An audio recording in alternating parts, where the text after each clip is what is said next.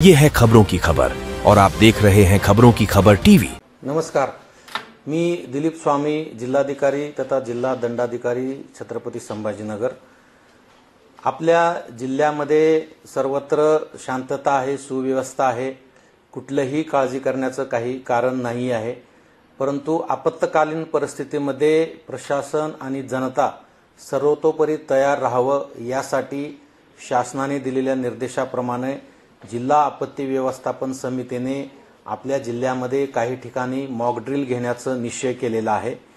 त्यामध्ये आज दिनांक 10 मे रोजी ग्रामीण भागामध्ये पैठण येथे मॉक ड्रिल सायंकाळच्या वेळेस संपन्न होणार आहे।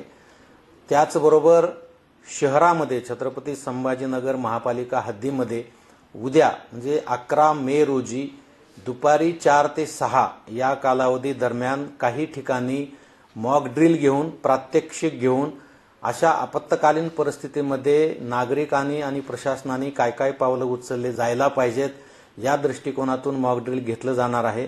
माझी समस्त जनतेला विनम्र आव्हान आहे की आपण यामध्ये घाबरून जाण्याचं कारण नाही, पॅनिक होण्याचं कारण नाही आहे। उलट पक्षी या मॉक ड्रिलच्या माध्यमातून आपणाला संकटकाळी कशा पद्धतीनं रिॲक्ट करायचं आहे हे आपणाला सुद्धा शिकायला मिळणार आहे। उद्या शहरासोबतच ग्रामीण भागामध्ये सुद्धा वेरूळ येथे आणि अजंठा येथे या ठिकाणी सुद्धा मॉक ड्रिल होणार आहे। तेव्हा आपण सर्वांनी सतर्क राहावं आणि या मॉक ड्रिलला सहकार्य करावं। कोणीही घाबरून जाऊ नये, कोणी पॅनिक होऊ नये आणि कोणीही या संदर्भात अफवा पसरू नये अशी माझी आपणा सर्वांना विनंती आहे।